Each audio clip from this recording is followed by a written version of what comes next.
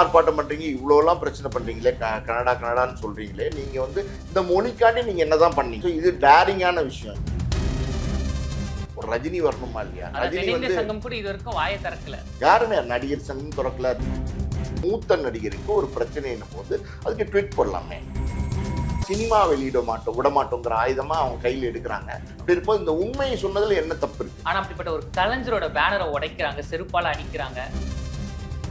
பல நேரங்கள்ல அந்த சர்ச்சையை தீர்க்கிறதுக்கு மன்னிப்பு தான் ஒரு வழின்னு மன்னிப்பு கேட்டுருவாங்க. ஆனா இங்கே கமலஹாசன் மன்னிப்பு கேட்பாரா கேட்க மாட்டாரா அப்படின்னு டிவிக்கோட தலை விஜய் அவர்கள் ஏன் ட்வீட் போல அப்படின்னு கேட்கறது. எல்லா இடத்துலயும் நீங்க மௌனமா இருந்தீங்கன்னா உங்களை எப்படி நம்புவாங்க? இந்த மாதிரி நேரத்துல வந்து வீரர்கள் என்ன செய்வாங்க பார்த்துக்கலாம் அப்படின்னு.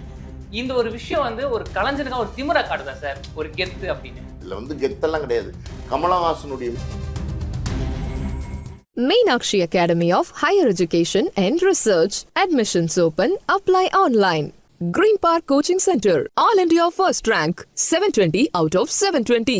Number of students joined MBBS in 2024, 1951. Green Park Coaching Center. Periyar Maniammai Institute of Science and Technology, Tanjavur. The world needs you. அறுவை சிகிச்சையில் கத்தை என்பது வரலாறு, ரோபோட்டிக் சர்ஜரி என்பது இன்றைய கூறு. தங்கம் புற்றுநோய் சிகிச்சை மையம், நாமக்கல் மற்றும் கான்பூர். கிங் டிவி சொந்தங்கள் அனைவருக்கும் வணக்கம். இன்று நம் நேர்காணலுடன் இணைந்திருக்கும் சிறப்பு விருந்தினர் சினிமா விமர்சகர், ஆஸ்கார் மூவிஸ் தயாரிப்பாளர் பாலாஜி பிரபு அவர்கள். சார் வணக்கம் சார். வணக்கம். எப்படி சார் இருக்கீங்க? நல்லா இருக்கேன். சார், இப்போ வந்து சினிமா ரசிகர்கள்லாம் ரொம்ப ஒரு ஆவலுடன் ஜூன் 5ஆம் தேதி வந்து எதிர்பார்க்க ஒரு படம்னு பார்த்தா தக் லைஃப் சார். அந்த படத்துக்கான வந்து ப்ரொமோஷன்ல ரொம்ப விருப்பா போயிட்டு இருக்கு. ஆனால் இப்போ அந்த படத்துல ஒரு சிக்கல் சார். கமல்ஹாசன் அவர்கள் வந்து ஒரு வார்த்தை சொன்னார். என்னன்னா வந்து எங்கள் மொழியில் இருந்துதான் உங்கள் மொழி பிறந்தது அப்படின்னு கன்னட சூப்பர் ஸ்டாரை பார்த்து பேசினாரு. அவர் வந்து பெருசாக எடுத்துக்கல, ஆமா ஆமா அப்படின்னு தலையெல்லாம் ஆட்டினார். இப்போ அந்த பிரச்சனையால வந்து தக் லைஃப் மூவியை வந்து பேன் பண்ண போறோம் அப்படின்னு சொல்றாங்க. இந்த பிரச்சனையை பத்தி நீங்க என்ன நினைக்கிறீங்க சார்? இல்ல கமல் வந்து தக் லைஃப் ஆடியோ வெளியீட்டுல ஆமா சார், அதாவது தமிழ்ல இருந்து பிறந்த மொழி தான் கன்னட மொழி அப்படின்னு சொல்றாரு. உண்மைதான். தமிழ்ல இருந்து தான், அதாவது வந்து திராவிட மொழிகள் எல்லாமே பார்த்தீங்கன்னா தமிழ்ல இருந்து பிறந்தது தான். எல்லாமே தமிழ் தான் முதல் மொழியா இருக்கு. தமிழ்ல இருந்து தான் தெலுங்கு, மலையாளம், கன்னடம் எல்லாமே இருக்கு. ஸோ அப்படி இருக்கும்போது அவர் சொன்ன ஸ்டேட்மெண்ட் வந்து சரியான விஷயம்தான். அதாவது வந்து கர்நாடகாவில் அவங்க என்ன சொல்கிறாங்க அப்படின்னா, இது வந்து சரியான ஸ்டேட்மெண்ட் கிடையாது, இது தப்பு, எங்கள் மொழி வந்து தமிழ்லேருந்து வந்த மொழி அல்ல அப்படின்னு அவங்க சொல்கிறாங்க. ஸோ அவங்க பாயிண்ட் ஆஃப் வியூலேருந்து பார்த்தீங்கன்னா எப்படி சொல்கிறது, கமலே சொல்லியிருக்காரு. என்ன சொல்லியிருக்காருன்னா, என் பார்வையிலேருந்து பார்த்தா நான் சொல்றது சரி, உங்க பார்வையிலேருந்து பார்த்தா நீங்க சொல்றது சரி. இங்க தப்பா தெரியும், இங்க இருந்து பார்த்தா சரியா தெரியும். அதான் அது கமலே சொல்லியிருக்காரு. அப்படி இருக்கும்போது அதை வந்து ஒரு பெரிய இஷ்யூ ஆக்கி, ஒரு அரசியலாக்கி, அது இவ்வளோ தூரம் போராட்டம் பண்ணி ஆர்ப்பாட்டம் பண்ணி தக் லைஃப் வந்து ஜூன் 5ஆம் தேதி வந்து பெங்களூரில் கர்நாடகாவில் ரிலீஸ் ஆக வேண்டியது, ரிலீஸ் ஆக இருக்கு. ஸோ அவருடைய வினைல்ஸு, போஸ்டர்ஸு எல்லாத்தையுமே கிழிச்சு நாசம் பண்ணி பெரிய லெவலில் ஒரு பிரச்சனையா, அதாவது வந்து ஒரு அரசியல் பிரச்சனை, ஒரு சினிமா மேடையில் அவர் வந்து ஒரு விஷயம் சொல்கிறாரு. அந்த விஷயம் வந்து இவ்வளோ பெரிய பூதாகரமாக எடுத்துகிட்டு போய் ஒரு அரசியல் பிரச்சனையாக மாற்ற வேண்டிய அவசியம் இல்லை. அங்கே இருக்கிற முதலமைச்சர்லேருந்து எல்லாருமே பார்த்தீங்கன்னா இது சம்பந்தமாக அறிக்கை விட்டுருக்காங்க. பல அரசியல் தலைவர்கள் வந்து இது வந்து சரி, கமல் பேசுறது தப்பு, பகிரங்க மன்னிப்பு கேட்கணும், பகிரங்க மன்னிப்பு கேட்டால் தான் நாங்கள் வந்து தக் லைஃப் வந்து கர்நாடகாவில் வெளியிட விடுவோம் அப்படின்லாம் சொல்லி ஆர்ப்பாட்டம் போராட்டம்லாம் பண்ணுறாங்க. அதான் சார், இப்போ கர்நாடக அமைச்சரும் என்ன சொல்கிறாருன்னா, அவர் மன்னிப்பு கேட்கலன்னா படம் நாங்கள் வந்து வெளியிட மாட்டோம் அப்படின்னு சொல்கிறாங்க. இது தப்பா இல்லையா சார்? ஒரு அமைச்சரே வந்து சொல்றாரு மன்னிப்பு கேட்டா தான் அந்த படம் நாங்கள் வெளியிடுவோம் அப்படின்னு.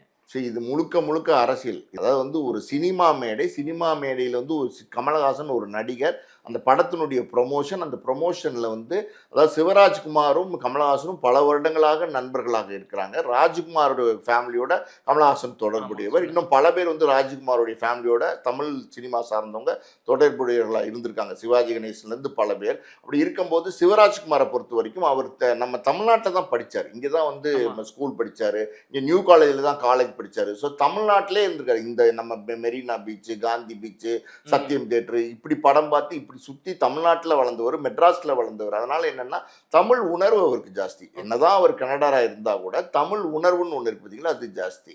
அந்த உணர்வின் அடிப்படையில் அவரே சொல்றாரு. சிவராஜ்குமாரை பொறுத்த வரைக்கும் ராஜ்குமாரோடைய ஃபேமிலியிலேருந்து வந்தவர், அவருடைய மகன். ராஜ்குமாரை பொறுத்த வரைக்கும் ஒரு கிங் மேக்கர், அந்த குடும்பம் அப்படிதான். அதாவது வந்து அரசியலில் பல தீர்மானங்களை முடிவெடுக்கக்கூடிய ஒரு நிலையில இருக்கிற ஒரு குடும்பம். அந்த குடும்பத்தில் இந்த ராஜ்குமாரே என்ன சொல்றாருன்னா, கமல் பேசியது சரிதான் அப்படின்னு சொல்றாரு. அந்த இடத்துல இன்னொன்னு சொல்றாரு. அது என்ன சொல்றாருன்னா, நீங்க இவ்வளோலாம் ஆர்ப்பாட்டம் பண்றீங்க, இவ்வளோலாம் பிரச்சனை பண்றீங்களே, கனடான்னு சொல்றீங்களே, நீங்க வந்து இந்த மொழிக்காண்டி நீங்க என்னதான் பண்ணீங்க ஆமா. அப்படிங்கிறது கேட்கிறாரு. ஸோ இது டேரிங்கான விஷயம். இவ்வளோ தைரியமா, அதாவது கர்நாடகாவை சேர்ந்தவர், அதை பூர்வீகமாக கொண்டவர், அந்த மொழியை பேசக்கூடியவர், அவரே இப்படி பேசுறாருங்கிறது வந்து ஒரு தைரியமான விஷயம், டேரிங்கான விஷயம். இந்த மாதிரி நம்ம தமிழ் நடிகர்கள் யாராவது பேசுறாங்களா? இது வந்து அரசியல் பிரச்சனையா அவங்க ஆக்குறாங்க, நம்ம அரசியல் பிரச்சனையா பார்க்க வேண்டாம். இப்போ வந்து சீமான், வேல்முருகன் இப்படி வந்து ஒரு சில அரசியல் தலைவர்கள்லாம் பார்த்தீங்கன்னா கமலஹாசனுக்கு எப்படி சொல்றது, ஆதரவாக குரல் கொடுத்துருக்காங்க. ஆனால் வேற திராவிட கட்சிகள்லாம் யாரும் இதில் வந்து குரல் கொடுக்கல. ஓகே, நம்ம அவங்க அரசியல் பண்ணுற மாதிரி நம்ம அரசியல் பண்ண வேண்டாம், அது விட்டுறலாம். ஆனால் சினிமா பிரச்சனை தான் இது. இது வந்து முழுக்க சினிமா பிரச்சனை தான். இது வந்து ஒரு சினிமா மேடையில் நடந்த ஒரு பிரச்சனை, ஒரு படம் சம்பந்தமான பிரச்சனை. இப்போ தக் லைஃப் மேடையில் கமல் சாதாரணமாக பேச போன ஒரு விஷயத்தை பெருசாக்கி இன்னைக்கு அந்த படத்தை வந்து நாங்கள் அது கர்நாடகாவில் வெளியிட விட மாட்டோம்னு சொல்றது வந்து எப்படின்னா சரியான பார்வையே கிடையாது. அப்படி ஒரு சூழ்நிலை வரும்போது சினிமாக்காரவங்க கமல் பின்னாடி வரணுமா இல்லையா, ஒரு ரஜினி வரணுமா இல்லையா? ரஜினி வந்து சங்கம் கூட இது வரைக்கும் வாயை திறக்கல. யாருமே நடிகர் சங்கம் திறக்கல, தயாரிப்பாளர் சங்கம் திறக்கல, இயக்குனர் சங்கம் திறக்கல, இன்னும் பெப்சி இருக்காங்க, யாரோ இருக்காங்க. பல விஷயங்களுக்கு நீங்க குரல் கொடுக்குறீங்க, பல விஷயங்களுக்கு நீங்க முன்னாடி வந்து நிக்கிறீங்க. அப்படிலாம் இருக்கும்போது ஏன் கமலுடைய இந்த பிரச்சனைக்கு நீங்க முன்னாடி வரல? அத ஏன் கொடுக்கல சார்? எதனா அவங்க இல்ல, யாருமே ஆதரவு கொடுக்கல. என்னன்னு தெரியல. அதான் சொல்றேனே, பல நேரங்கள்ல பாருங்க, சில பிரச்சனைகள் வரும்போது அந்த பிரச்சனைகளுக்கு வந்து கூட இருக்கிற அந்த தொழில் சார்ந்தவங்க வந்து சப்போர்ட் பண்ணணும். அந்த சப்போர்ட்டுக்கு கமலுக்கு இது வரைக்கும் வரல. யாராவது வெளிப்படையா பேசியிருக்காங்கன்னா யாருமே வெளிப்படையா பேசல. ரஜினிகாந்த் எல்லாம் பாத்தீங்கன்னா கமலுடைய நீண்டகால நண்பர், கிட்டத்தட்ட 50 வருஷத்துக்கு கமல் என்னுடைய நண்பர் அப்படிங்கிறாரு. இப்படியெல்லாம் எல்லா மேடை ஏறி சொல்றாரு. கமலை வந்து பார்க்குற இடத்துல பார்க்குற மேடைகள்லாம் கட்டி பிடிக்கிறாரு, அன்பை பரிமாறிக்கிறாரு, எல்லாமே ஓகே. நான் இன்னொரு விஷயம், ரஜினிகாந்த் ஏன் குரல் கொடுக்கணும் அப்படின்றத நான் சொல்றேன். ரஜினிகாந்தை பொறுத்த வரைக்கும் அவர் வந்து இந்த கர்நாடகா மண்ணை சார்ந்தவர், அந்த மண்ணின் மைந்தர் அவர். இன்னைக்கு வந்து கிட்டத்தட்ட பல வருடங்கள் ரஜினிகாந்த், கிட்டத்தட்ட 50 வருடங்களுக்கு மேல இங்க தமிழ்நாட்டுல வந்து செட்டில் ஆயிட்டாரு. இன்னைக்கு வந்து தமிழ் படத்தினுடைய தமிழ் திரைப்படத்துல சூப்பர் ஸ்டார் ரஜினிகாந்த். அந்த அளவுக்கு வந்து தமிழ் மக்கள் அவரை வந்து ஒரு மொழி பார்க்காம, மதம் பார்க்காம, எதுவுமே பார்க்காம ஆதரவு கொடுக்குறாங்க. அப்படி இருக்கும்போது அந்த அந்த அவரை வாழ வைத்த தமிழ் மண்ணுக்கு அவர் குரல் கொடுக்கணுமா வேண்டாமா? குரல் கொடுக்க, சரி, வாழ வைத்த தமிழ் மண்ணுக்கு குரல் கொடுக்க வேண்டாம், இவ்வளவு பெரிய உயரம் உச்சம் எல்லாத்தையும் கொடுத்த தமிழுக்கு குரல் கொடுக்க வேண்டாம், எதுக்குமே குரல் கொடுக்க வேண்டாம். உங்க நண்பன் கமலஹாசனுக்கு குரல் கொடுங்களேன், அது ஏன் கொடுக்கக்கூடாது? ஏன் அந்த குரலை எதுக்குமே கொடுக்க மாட்டேங்கிறேன்? பல விஷயங்களை பார்த்தீங்கன்னா ரஜினி வந்து கடந்து போறார். பல நேரங்களில் பல கேள்விகள் வந்து ரஜினி ஏர்போர்ட்லயோ எங்கேயோ பார்க்கும்போது, ஓ அப்படியா, அப்படி ஒன்று நடந்துச்சா அப்படிங்கிறாரு. அந்த மாதிரி தான் கேட்டு போறார். ரஜினிக்கு இதெல்லாம் தெரியுமா தெரியாதா, இல்ல தெரிஞ்சே மௌனமா இருக்காரா தெரியல. பல நேரங்கள்ல ஒரு கண்டனம் காட்டுறாரோ. அவர் வந்து கன்னடன் காட்டுற உணர்வெல்லாம் அவர் கிடையாது. உண்மையா ரஜினியை பொறுத்த வரைக்கும் நம்ம, ஏன்னா ரஜினி மேல விமர்சனம் சொல்ற இடத்துல இதையும் நம்ம பேசணும். அந்த மாதிரி உணர்வெல்லாம் ரஜினி கிடையாது. தமிழ் மண்ணோட ஐக்கியம் ஆயிட்டாரு, தமிழர்களோட தமிழர்களா இருக்காரு. இன்னும் சொல்ல போனா அவர் தமிழர் அப்படின்னு நம்ம சொல்லலாம். அந்த அளவுக்கு வந்து நம்மளோட வந்து எப்படி சொல்றது, உறவாடி இருக்கிற ஒரு நடிகர் தான் ரஜினிகாந்த். அதனால வந்து நம்ம அதை தப்பு சொல்லலை. ஆனா வந்து குரல் கொடுக்கணும், நண்பங்கிற முறையில குரல் கொடுக்கலாமே. சினிமா துறையில நீங்களும் இருக்கீங்க, உங்க சக நடிகர் கமலஹாசன், அந்த முறையில குரல் கொடுக்கலாமே. சரி, இவர் ரஜினி கொடுக்கல, ரஜினி எப்பவும் கொடுக்க மாட்டாரு. விஜய் என்ன சொல்றாரு, நான் அரசியல் தலைவருங்கிறாரு, நான் வந்து கட்சி தொடங்கிட்டேங்கிறாரு. ஒரு வருஷத்துக்கு முன்னாடி, 1.5 வருஷத்துக்கு முன்னாடி ஆரம்பிச்சு 1-2 மாநாடெல்லாம் போட்டாரு. இந்த மாதிரியான சூழ்நிலையில விஜய் வந்து ஒரு ட்விட்டர் போடலாமே. வெளிப்படையாக சில விஷயங்களை மேடையேறி பேச வேண்டாம். மேடையேறி பேசுறதுக்கான உரிமை கூட உங்களுக்கு இருக்கு. ஏன்னா நீங்க வந்து ஒரு நடிகர் மட்டும் இல்லை, நடிகரை தாண்டி ஒரு அரசியல் தலைவராக இன்னைக்கு இருக்கீங்க. அப்படி இருக்கும்போது இது சினிமா சார்ந்த பிரச்சனை வேறு. அப்படி இருக்கும்போது நீங்க ஒரு ட்விட்டால் போடலாமே, கமலஹாசனுக்கு நீங்க அவங்களோட ஆதரவை தெரிவிக்கலாமே. எதுவுமே தெரிவிக்கலையே. விஜய் வந்து அரசியல் பண்றேன், அரசியல் பண்ணுவேன், நான் வந்து தமிழ்நாட்டினுடைய முதலமைச்சர் ஆகணும், 2026 தேர்தலில் போட்டிடுறேன், இப்படி எல்லா விதத்திலையும் சொல்லிட்டு தெரிகிற விஜய் தன் துறை சார்ந்த ஒரு நடிகருக்கு, மூத்த நடிகருக்கு ஒரு பிரச்சனை என்னும் போது அதுக்கு ட்வீட் போடலாமே. நீங்க வந்து இதை அரசியலாவே பார்க்க வேண்டாம். நீங்க வந்து சினிமாவே பாருங்க. சினிமா ஒரு வியாபாரம், ஒரு வியாபாரத்தை முடக்க பாக்குறாங்க. அந்த படத்தை பொறுத்த வரைக்கும் 10 கோடி ரூபாய்க்கு ஒருத்தர் வாங்கியிருக்காரு கர்நாடகா ஏரியா. 10 கோடி ரூபாங்கிறது ஒரு பெரிய இன்வெஸ்ட்மெண்ட். அந்த 10 கோடி ரூபாய்க்கு வாங்கின ஒரு விநியோகத்திற்கு இந்த படத்தை அந்த கர்நாடகாவில் ஓட்டினா அது நல்லா ஓடிச்சுன்னா 10 கோடி இல்லை 20 கோடி கூட லாபமா கிடைக்கலாம். ஸோ இது எல்லாமே கேள்விக்குறியா நிக்குதுல. இந்த இடத்துல யாருமே குரல் கொடுக்காம ஏன் எல்லாருமே ஏன் மௌனமா இருக்காங்க, எல்லாருமே ஏன் ஊமையா இருக்காங்கன்னா பல நேரங்கள்ல அப்படிதான் இருக்காங்க. அதை நீங்க வந்து இன்னொரு விஷயம் பார்க்க வேண்டியிருக்கு சார். இப்போ வந்து கமல்ஹாசனோட படம் தக் லைஃப்ல வந்து கர்நாடக மொழியை பத்தியோ கன்னட மக்களை பத்தி தப்பா பேசல. அவர் தான் ஏதோ பேசிட்டான்னு சொல்லி அவங்க சொல்றாங்க. அப்போ கமல்ஹாசன் அவர் மேல கேஸ் போடலாம். அதை விட்டுட்டு எலி தொல்லன்னு சொல்லி வீட்டையே கொளுத்துற மாதிரி அவர் இப்படி பேசிட்டாருங்க, நாங்க படத்தை பேன் பண்ணணும்னு சொல்றாங்க. இது எப்படிங்க இது? இல்ல பல நேரங்கள்ல பாத்தீங்கன்னா கர்நாடகா, தமிழ்நாடு பல பிரச்சனைகள் தொடர்ந்து இருந்துகிட்டே தான் இருக்கு. இன்னைக்கு இருக்கிற பிரச்சனைகள்ல காலங்காலமா அந்த பிரச்சனைகள்லாம் இருக்கு. ஏதாவது ஒரு ஒரு ஒரு ஒரு அதாவது கர்நாடகாவுக்கும் தமிழ்நாட்டுக்கும் ஏதாவது ஒரு பிரச்சனை, காவேரி பிரச்சனையே எடுத்துக்கோங்களேன், உடனே என்ன சொல்லுவாங்க, தமிழ்நாட்டு மக்கள் உள்ள வரக்கூடாது, நாங்க தமிழ்நாட்டு மக்களுடைய இங்க பிரச்சனைகள் பண்ணுவோம், வாழ விட மாட்டோம். எப்பவுமே ஒரு ஆயுதமா எடுக்கிற விஷயம் என்னன்னா, சினிமாவை நாங்க வெளியிட மாட்டோம், தமிழ் சினிமாவை நாங்க வெளியிட மாட்டோம். இப்படி பல நேரங்கள்ல பாத்தீங்கன்னா தமிழ்நாட்டுக்கும் கர்நாடகாவுக்கும் ஏதாவது பிரச்சனைன்னா இவங்க வந்து இதை ஆயுதமா எடுக்கிறாங்க. எதை ஆயுதமா எடுக்கிறாங்கன்னா, சினிமா வெளியிட மாட்டோம், விட மாட்டோங்கிற ஆயுதமா அவங்க கையில் எடுக்கிறாங்க. அது வந்து தொடர்ந்து செஞ்சிட்டு இருக்காங்க. அது தப்பு. நம்ம தமிழ்நாட்டில் பல பிரச்சனைகள் கர்நாடகாவுக்கும் நமக்கும் வந்தபோது எந்த காலத்திலையும் நம்ம அப்படி ஒரு செயல்பாட்டில் ஈடுபட்டதில்லை, நம்ம அப்படி ஒரு கருத்தை நம்ம சொன்னதும் இல்லை, வலியுறுத்தினதும் இல்லை. அப்படி இருக்கும்போது அவங்க ஏன் அப்படி பண்ணுறாங்கன்னா, அவங்க அப்படி தான் பண்ணுவாங்க. அவங்க வந்து எப்படி சொல்கிறது, அவங்க இது மொழி பிரச்சனை, பல நேரங்களில் பல பிரச்சனைகள், காவி பிரச்சனை எல்லாத்துலேயுமே வந்து எதிர்ப்பை தான் காட்ட விரும்புகிறாங்களே தவிர அதில் உள்ள உண்மை என்னங்கிறத புரிஞ்சிக்க மாட்டேங்கிறாங்க. இப்போ கமல்ஹாசன் எடுத்துக்கிட்டிங்கன்னா, இந்த தக்லை பிரச்சனை எடுத்துக்கிட்டிங்கன்னா, உண்மை வந்து என்னன்னா, திராவிட மொழியினுடைய முதல் மொழி தமிழ் தான், அதுலேருந்து வந்தது தான் கன்னட மொழி. அப்படி இருக்கும்போது இந்த உண்மையை சொன்னதில் என்ன தப்பு இருக்கு? இதை ஏன் புரிஞ்சுக்க மாட்டேங்கிறாங்க? அதான் சார் இன்னொன்னு கேட்குறேன். இப்போ வந்து கமல்ஹாசன் அப்படின்னு எடுத்தீங்கன்னு வச்சுக்கோங்க, நிறைய தொழில்நுட்பத்தை வந்து இந்திய சினிமாவுக்கும் தமிழக சினிமாவுக்கும் அறிமுகப்படுத்தினவர். ஆனால் அப்படிப்பட்ட ஒரு கலைஞரோட பேனரை உடைக்கிறாங்க, செருப்பால் அடிக்கிறாங்க. அப்போ இதெல்லாம் பார்க்கும்போது ஒரு சினிமா உணர்வை வந்து அந்த மக்கள் வந்து புண்படுத்துற மாதிரி இல்லைங்களா? இல்லை அதுதான் சொல்கிறேன்ல, இந்த பேனரை உடைக்கிறாங்க, செருப்பால் அடிக்கிறாங்க, உருவோக்கு பொம்மை எரிக்கிறாங்க, இதுக்கெல்லாம் கமலஹாசன் வந்து கவலையே பட மாட்டார். அந்த காலகட்டங்கள் இருக்குது பார்த்தீங்களா, அதையெல்லாம் தாண்டி அவர் வந்து ஒரு எப்படி சொல்கிறது, மூத்த நடிகராக வந்துட்டார். அதுவும் இல்லாமல் பார்த்தீங்கன்னா இப்போ வந்து ஒரு கட்சி தலைவர், கமலஹாசனும் ஒரு கட்சி தலைவராக இருக்கார். அதுக்கப்புறம் இன்னைக்கு வந்து ராஜ்யசபை எம்பியாக போகிறாரு. பல கருத்துக்களை வந்து ஆழமாக வலியுறுத்தி சொல்ல வேண்டிய நிலைமையிலையும் கட்டாயத்திலையும் கமல் இருக்கிறாரு. அதனால் கமல் வந்து சொன்ன கருத்து இருக்கு பார்த்தீங்களா, அதுலேருந்து பின் வாங்குவாரா, மன்னிப்பு கேட்பாரா அப்படின்னா நிச்சயமாக மன்னிப்பு கேட்க மாட்டார். பல நேரங்களில் பார்த்தீங்கன்னா இதே மாதிரி காவேரி பிரச்சனையில் ரஜினியை மண்டியிட வச்சாங்க, மன்னிப்பு கேட்க வச்சாங்க.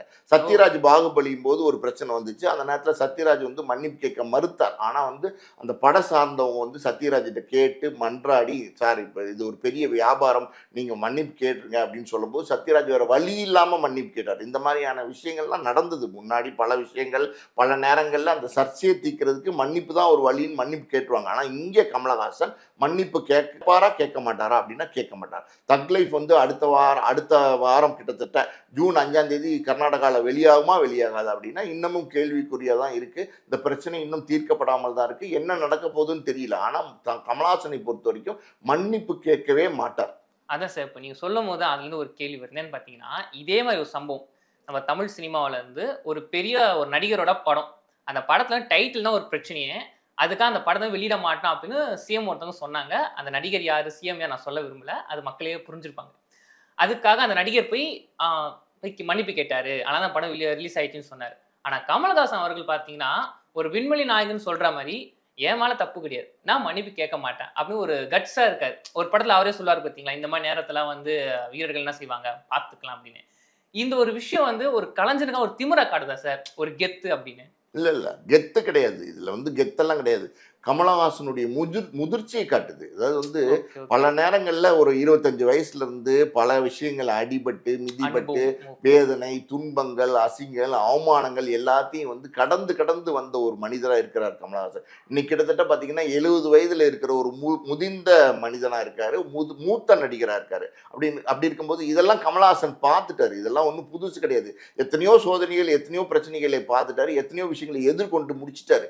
இப்போ இந்த மாதிரி பிரச்சனைகள் வரும்னு அவருக்கு தெரியும். புரியுது உங்களுக்கு? இப்போ வந்திருக்கு, வரும்னு தெரியும். தெரிஞ்சா அதை எப்படி ஹேண்டில் பண்ணணும்னு அவருக்கு தெரியும். மண்டிட்டு மன்னிப்பு கேட்பாரா அப்படின்னா கமலஹாசன் அதை செய்ய மாட்டார். ஏன்னா கமலஹாசனுக்கு தமிழ் உணர்வு இருக்கு. இப்போ நம்ம தமிழ் மக்கள் எல்லாருமே இந்த சூழ்நிலையில கமலஹாசன் பின்னாடி கமலஹாசனுக்கு சப்போர்ட்டா நிற்கணும். கர்நாடகா மீது இருக்கிற எதிர்ப்பை காட்டுறீங்களோ இல்லையோ, கமல் மீது இருக்கிற அன்பை காட்டுறதுக்காண்டியாவது கூட நிற்கணும் கமலோட. ஓகே சார், இந்த மாதிரி ஒரு விஷயம் வந்து இப்போ மட்டும் அவர் நடக்கல சார், இதுக்கு முன்னாடியும் பல படங்கள் வந்து இது வந்து தடை பண்ணணும், கமலஹாசன் மூவியா இந்த படத்துல பிரச்சனை இருக்குன்னு சொல்லி பேன் பண்ணணும்னு சொல்லி பல போராட்டங்கள் நடந்தது. விஸ்வரூபமா இருக்கட்டும், இப்ப இந்த படமா இருக்கட்டும், ஏன் தொடர்ந்து கமல்ஹாசன் அவர்களுக்கு வந்து இப்படி ஒரு அழுத்தத்தை கொடுக்குறாங்க? இல்ல, என்ன காரணம்? ஒரு சில நேரங்கள்ல ஒரு சில நடிகர்களுக்கு இந்த அழுத்தங்கள்லாம் இருக்கும். அதாவது வந்து இந்த அழுத்தங்கள் வந்து கமலுக்கு மட்டும்தான் இருந்துச்சுன்னா, கமலுக்கு மட்டும் கிடையாது. Okay. ரஜினிக்கும் பல நேரங்கள்ல பல அழுத்தங்கள் இருந்துச்சு. ஆனா ரஜினி என்ன பண்ணுவார்னா, உடனே அந்த ப்ராப்ளத்தை செட்டில் பண்ணிடுவார். எப்படி இந்த பிரச்சனையை முடிக்கிறது, எப்படி சீக்கிரம் எவ்வளவு சீக்கிரம் அந்த பிரச்சனையை முடிச்சு விடலாம் அப்படின்னு ரஜினியோட எண்ணம் இருக்கும். ரஜினியை பொறுத்த வரைக்கும் எதையுமே தைரியமா ஃபேஸ் பண்ண மாட்டார். பல நேரங்கள்ல நீங்க பாருங்களேன், அதாவது வந்து இந்த ஆட்சி மீண்டும் வந்தால், அதாவது யாராலையும் தமிழக மக்களை காப்பாற்ற முடியாது அப்படின்னு ஒரு ஸ்டேட்மெண்ட்டை வந்து ஒரு ஒரு ஒரு ஒரு சூழ்நிலையில ஒரு அரசியல் ஸ்டேட்மெண்ட் இது. அது வந்து ஒரு மேடையில ரஜினிகாந்த் வந்து ஒரு விழாவில் வந்து பேசினாரு. அது சினிமா விழான்னு நினைக்கிறேன். அந்த விழாவில் பேசினாரு. அந்த நேரத்தில் பேசிட்டு அதுக்கப்புறம் பார்த்தீங்கன்னா கொஞ்ச நாள் கழிச்சு பார்த்தீங்கன்னா சம்பந்தப்பட்ட அந்த நபர் ஜெயலலிதா அம்மையார் தான் அது. அவங்ககிட்டே போய் அவங்க வீடு திறக்கிறது, அவங்க வாழ்த்து தெரிவிக்கிறது எல்லாத்தையும் பண்ண ஆரம்பிப்பார். காரணம் என்னன்னா, ஒரு ஒரு முடிவெடுத்தா அதுல ஸ்டாண்டர்டா நிப்பாரா ரஜினிகாந்த் அப்படின்னா எந்த காலத்திலயும் நின்னதே கிடையாது. காவிரி பிரச்சனையில கூட அப்படிதான் நடந்துச்சு. பல நேரங்களில் பாபா படம் ஒரு படம் சொந்த படமா எடுத்தார்ல, அந்த படத்தை பார்த்தீங்கன்னா பாட்டாளி மக்கள் கட்சிக்கு சில பிரச்சனைகள் வந்துச்சு. பெட்டியெல்லாம் வந்து தியேட்டர்ல ரிலீஸ் பண்ண முடியாத ஒரு சூழ்நிலையெல்லாம் உருவாக்குனாங்க. அப்பையும் ரஜினி வந்து மன்னிப்பு கேட்டார். அது இல்லாம பாத்தீங்கன்னா எல்லா நேரங்கள்லயும் ரஜினியோட ஸ்டாண்டர்ட் தான். பாபா படம் வந்து திரையிடப்பட்டு பெருசா போல, பெரிய தோல்வி படமா முடிஞ்சிச்சு. அப்ப அந்த படத்தை வாங்கின டிஸ்ட்ரிபியூட்டர்ஸ் எல்லாமே ரஜினி கிட்ட வந்து பணத்தை திருப்பி கொடுங்க அப்படின்னு ரஜினி வீட்டு வாசல்ல போய் நின்றுட்டாங்க. உடனே ரஜினி என்ன பண்ணாரு, இல்ல நான் இது அவுட்ரேட்னா என்னன்னா அப்படின்னா ஒரு வியாபாரம் அதை பண்ணிட்டா அந்த லாப நஷ்டம் வந்து வாங்கின டிஸ்ட்ரிபியூட்டர் சார்ந்தது. இது காலங்காலமா சினிமா துறையில இருக்கிற ஒரு விஷயம் தான். ஆனா ரஜினி என்ன பண்ணாரு, அந்த டிஸ்ட்ரிபியூட்டர் எல்லாம் கூப்பிட்டு உடனே செட்டில் பண்ணுங்க அப்படின்னு மூத்த தயாரிப்பாளர் ஒரு 4-5 பேரை கூப்பிட்டு இது எப்படியாவது சரி பண்ணுங்க, இது எப்படியாவது செட்டில் பண்ணுங்க அப்படின்னு பயந்து உடனே பணத்தை திருப்பி கொடுத்தார்.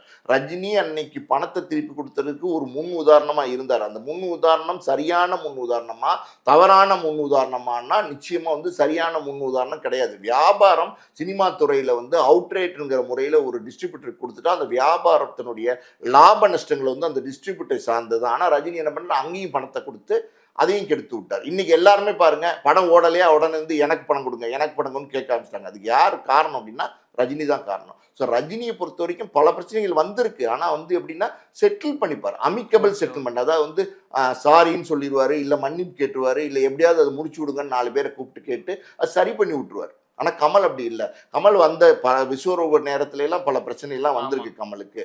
அந்த நேரத்துல எல்லாம் கமல் வந்து தைரியமா நின்னார், ஸ்ட்ராங்கா நின்னார். பல பேர் அந்த நேரத்தில் பார்த்தீங்கன்னா அந்த நேரத்தில் சினிமா நடிகர்கள், சினிமா கலைஞர்கள் பல பேர் வந்து கமலுக்கு சப்போர்ட்டா இருந்தாங்க. இன்னைக்கே வரமாட்டேங்கிறாங்க. கன்னட மக்கள் கூட ஆதரவா இருந்தாங்கன்னு சொல்லி கமல்ஹாசன் கூட சொன்னாங்க. இல்லப்பா, யாரு மேலேயும் வெறுப்பு கிடையாது சார். கன்னட மக்கள் மேல நமக்கு வெறுப்பா கிடையாது. ஆதரவா இருந்தாங்க. இல்ல அதுதான் சொல்றேன், கன்னட மக்கள் மேல நமக்கு அன்பு தான். இப்ப கமல தானே சொல்லியிருக்காரு, கன்னட மக்களுக்கும் தமிழ் மக்கள் மேல அன்பு தான். நம்ம கன்னட மக்கள் எத்தனையோ பேர் வந்து தமிழ்நாட்டில் இருக்காங்க. நம்ம தமிழர்கள் எத்தனையோ பேர் பெங்களூர்ல இருந்து பல சிட்டிஸ்ல வந்து பொழைக்கிறாங்க. ஸோ அதெல்லாம் ஒன்றும் கிடையாது. ஆனா என்னன்னா பல நேரங்கள்ல இந்த மாதிரி சூழ்நிலை வந்து அரசியலா மாத்துறாங்க. அரசியலா மாத்துறதுனால வர விளைவு தான் இது. ஓகே சார், இப்போ வந்து கர்நாடகாவில் என்ன சொல்றாங்கன்னா தக்லை படம் இங்க ஓட விட மாட்டோம் அப்படின்னு சொல்றாங்க. இதே மாதிரி தமிழ் இண்டஸ்ட்ரியில வந்து கன்னடம் ஃபிலிம்ஸ்ல வந்து இங்கே விட மாட்டோம், இங்கே ஓடக்கூடாதுன்னு சொன்னாங்கன்னா அவங்க நிலைமை என்ன ஆகும்? ஏன்னா அதிகமாக வந்து இங்கே இருந்தால் அவங்களுக்கு வந்து நல்ல பணம் போதே. அப்போ இந்த மாதிரி விஷயம் இங்கே நடக்குது அப்படின்னா அவங்க நிலைமை என்ன ஆகும் சார்? இல்லை, இந்த மாதிரி பிளாக்மெயில் அரசியல் வந்து கர்நாடகாக்காரவங்க பல நேரங்களில் சினிமா ஓட விட மாட்டோம்னு சொல்லி பல வருடங்களாக செஞ்சுக்கிட்டே இருக்காங்க. ஆனால் எந்த காலத்துலேயும் வந்து தமிழ் மக்கள் வந்து நம்ம வந்து கர்நாடகா படங்களை ஓட விட மாட்டோம், ரிலீஸ் பண்ண விட மாட்டோம்னு சொன்னதே இல்லை. அது என்ன ஆந்திராவுக்கும் நமக்கு அது பிரச்சனைனா அந்த மாதிரி சொன்னதில்லை, கேரளாவுக்கும் நமக்கு பிரச்சனைனா அந்த மாதிரி சொன்னதில்லை. அதிகப்படியாக நீங்கள் பாருங்களேன், கேரளா, ஆந்திரா, கர்நாடகா அந்த 3 ஸ்டேட்டில் கர்நாடகாவுக்கும் தமிழ்நாட்டுக்கும் தான் பல பிரச்சனைகள் அடிக்கடி இருக்குது. முக்கியமான காரணம் வந்து காவேரி. அதுக்காண்டி வந்து ஆந்திராவோட பிரச்சனை இல்லை, கேரளாவோட பிரச்சனை இல்லை, அப்படி இல்லை. வந்தாலும் அது வந்து உடனே சரியாயிரும். ஆனால் இந்த தமிழ்நாடு கர்நாடகா பிரச்சனை வந்து எப்போவுமே வந்து வேற பார்வை பார்க்குறாங்க, நம்ம கிடையாது, அவங்க. சரி, நீங்கள் வந்து நடுவில் ஒரு விஷயம் சொன்னீங்க, என்னன்னா வந்து டிவிகேவின் தலைவர் விஜய் அவர்கள் வந்து ஏன் எந்த ஒரு டிட்டும் போடலை அப்படின்னு. சார் அவர் மட்டும் இல்லை சார், ஃபர்ஸ்ட்டு சொன்னார் தென்னிந்திய நடிகர் சங்கம் அவங்களும் சரி, அப்புறம் பெப்சி, நிறைய பேர் வந்து அவங்களோட குரல் கொடுக்காம தான் இருக்காங்க. அப்படி இருக்கும்போது டிவிக்கோட தலை விஜய் அவர்கள் ஏன் ட்விட்டு போல அப்படின்னு கேட்கறது எப்படி சார்? இல்லை, நாங்கள் என்ன சொல்கிறேன், தலைவர் விஜய் நீங்க சொல்றீங்கல்ல, அந்த தலைவர் விஜய் ஒரு தாவேகா தலைவருடைய தலைவரா இல்லாம, ஒரு கட்சி தலைவரா இல்லாம, ஒரு அரசியல் தலைவரா இல்லாம, ஒரு சினிமாக்காரனா, அதாவது வந்து ஒரு நடிகனா, சக நடிகன், மூத்த நடிகன் அப்படின்னும் போது ஒரு ட்விட் போட்டு ஆதரவு தெரிவிக்கலாமா கூடாதா? தெரிவிக்கலாம். அதை மீறி அரசியல் அவங்க பண்றாங்கல்ல, யார் பண்றாங்க? கர்நாடகாக்காரங்க இதை அரசியலாக்குறாங்கல்ல. அப்ப ஏன் நம்ம அரசியல் பண்ணக்கூடாது? அப்ப விஜய் வந்து ஒரு அரசியல் தலைவர்னு சொல்றாரு. இந்த மாதிரியான விஷயங்களை எல்லாம் நீங்க வந்து வெளிப்படையா சொன்னாதானே உங்களுக்கான மக்கள் செல்வாக்கு பெருகும். எல்லா இடத்துலயும் நீங்க மௌனமா இருந்தீங்கன்னா உங்களை எப்படி நம்புவாங்க? நீங்க பல பிரச்சனைகளை வந்து நீங்க வந்து எடுத்து பண்ணாதான் நீங்க வந்து ஒரு தலைவனா மாற முடியும். பல தலைவர்கள் இருந்திருக்கிறாங்க நம்ம தமிழ்நாட்டை பொறுத்த வரைக்கும். காமராஜ் ஐயாலேருந்து, அண்ணாலேருந்து, நம்ம கலைஞர் ஐயாலேருந்து, எம்ஜிஆர்லேருந்து, ஜெயலலிதா அம்மையார்லேருந்து, இன்னும் பல தலைவர்கள் நம்ம தமிழ்நாட்டில் இருந்திருக்கிறாங்க. அவங்களாம் பல விஷயங்களை, பல மக்களுடைய பிரச்சனைகளை எல்லாத்தையும் அலசி பண்ணியிருக்காங்க. இப்போ இங்கே இது மக்கள் பிரச்சனையா அப்படின்னு நிறைய கேள்வியெல்லாம் வரும். மக்கள் பிரச்சனை இல்லை அப்படின்னு நம்ம எடுத்துக்கிட்டா கூட இது ஒரு மொழி பிரச்சனையாக பார்க்கலாம் இல்லையா? அப்படி மொழி பிரச்சனையாக பார்க்கும்போது அதுக்கு ஆதரவு தெரிவிக்கலாம். சரி, அதுவும் வேணாம். ஒரு நண்பனாக பார்க்கலாம், அதுவும் வேணாம். ஒரு சினிமாக்காரனாக பார்க்கலாம். எந்த பார்வையுமே இல்லாமல் மௌனமாக இருந்தால் அது எப்படி சரியாக வரும்? எல்லா இது மட்டும் இல்லைங்க, பல நேரங்களில் பார்த்தீங்கன்னா விஜய் வந்து எல்லா இடத்துலையும் மௌனமாக தான் இருக்காரு. அதான் சார், இப்போ இன்னொரு ஒரு கேள்வி. இப்போ நீங்கள் சொன்னீங்க, அதாவது இந்த பிரச்சனை இப்போதைக்கு சினிமா பிரச்சனை இருக்கு. இப்போ விஜய் அவர்கள் வந்து, ஏன் விஜய் விடுங்க, இப்போ ரஜினிகாந்த் அவர்கள் வந்து இன்னும் நண்பர்னு சொல்றாரு. அவர்களாம் மூத்த நடிகை. அவர் இந்த ஒரு விஷயத்தையும் வந்து மக்கள் மத்திய வந்து பகிர்ந்துக்கல. அப்படி இருக்கும்போது இப்போ விஜய் அவர்கள் வந்து இந்த ஒரு விஷயம் ட்வீட் போறார் அப்படின்னா இது அரசியல் பிரச்சனையா மாறும். ஒருவேளை அரசியல் பிரச்சனை இது மாறக்கூடாதுன்னு நினைக்கிறதுக்கு கூட விஜய் அவர்கள் இல்ல அரசியல் பிரச்சனையா மாறி என்ன ஆயிருப்போகுது? இப்போ வந்து சீமான் ஆதரவு தெரிவிக்கலையா, வேல்முருகன் ஆதரவு தெரிவிக்கலையா? அவங்கெல்லாம் அரசியல்வாதிகள் தானே, அவங்களாம் ஆதரவு தெரிவிச்சிருக்காங்கல்ல. ஏன் விஜய் ஒரு அரசியல்வாதி தானே, சினிமா சார்ந்த ஒரு அரசியல்வாதி. இன்னைக்கு சினிமா சார்ந்த அரசியல்வாதி யாருன்னா விஜய் ஒரு அரசியல்வாதி. அப்படி இருக்கும்போது விஜய் ஆதரவு தெரிவிக்கலாமே. அதான் என்னோட பாயிண்ட். கரெக்டா இல்லையா? ஓகே சார், இப்போ இவ்வளவு பிரச்சனை இருக்கு. அப்போ ஜூன் 5 தக் லைஃப் படம் கர்நாடகா ஸ்டேட்ல வந்து ரிலீஸ் ஆகுமா ஆகாதா? அதாவது வந்து நல்லா தெளிவா கேட்டுக்குங்க. கமலஹாசன் மன்னிப்பு கேட்டு தான் ரிலீஸ் பண்ணணும் அப்படின்னா அந்த மன்னிப்பை கமலஹாசன் ஒரு காலமும் கேட்க மாட்டார். அதனால படமே வெளிவராட்டாலும் அதை பற்றி கமலஹாசன் கவலைப்பட மாட்டார். அதனால ஏற்படுற நஷ்டத்தை அந்த வாங்கியிருக்கிற டிஸ்ட்ரிபியூட்டருக்கு என்ன நஷ்டமோ அதை வந்து கமலஹாசன் கொடுத்து ஈடுகட்டி சரி செய்வாரே தவிர எந்த காலத்திலையும் இந்த தமிழுக்கும், அதாவது வந்து கர்நாடகா ஸ்டேட்டுக்கும் தமிழ்நாட்டுக்கும் நடக்கிற இந்த பிரச்சனையை அதுக்கு மாற்றிட்டாங்க. சாதாரண ஒரு சினிமா விழா. ஆனால் மன்னிப்பு கேட்பாருன்னா மன்னிப்பு கேட்க மாட்டார், மண்டியிட மாட்டார். ஓகே சார், தக் லைஃப் பற்றி நிறைய விஷயங்களை வந்து எங்கள்கிட்ட பகிர்ந்துக்கிட்டீங்க. தொடர்ந்து பேசுவோம் சார். நன்றி. நன்றி.